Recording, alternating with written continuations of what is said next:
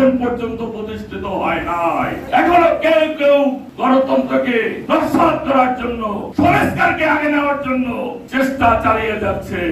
আমাদের প্রতিষ্ঠাতা জনাব প্রেসিডেন্ট জিয়াউর রহমান সাহেব যখন দেশকে এগিয়ে নিয়ে যাচ্ছিল, সবুজ বিপ্লব ঘটেছিল, খাল কেটেছিল, মেয়েদের অধিকার বাস্তবায়নের লক্ষ্যে কাজ করছিল, দেশে যখন শিক্ষার হার বাড়ছিল, যখন গণতন্ত্র প্রতিষ্ঠিত করার জন্য বহুদলীয় গণতন্ত্র প্রতিষ্ঠা করছে, তখন তাদের একটা দেশি বিদেশের চক্রে তাকে জীবন দিতে হয়েছে।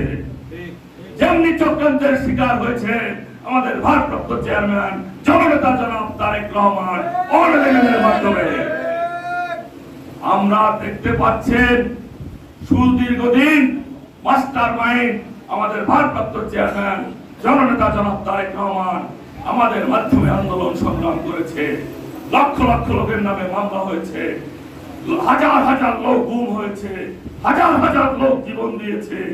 সব মশার বিরুদ্ধে সুরক্ষা দিতে এলো বসুন্ধরা এক্সট্রিম অ্যারোসল, মশার বিরুদ্ধে এক্সট্রিম সুরক্ষা। কিন্তু সেই আমাদের শহীদ প্রেসিডেন্ট জিয়াউর রহমানের চাওয়া গণতন্ত্র এখন পর্যন্ত প্রতিষ্ঠিত হয় নাই।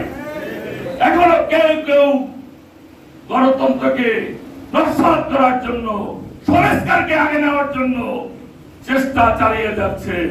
আমরা এর ধিক্কার জানাই। আগে গণতন্ত্র, তারপর সংস্কার।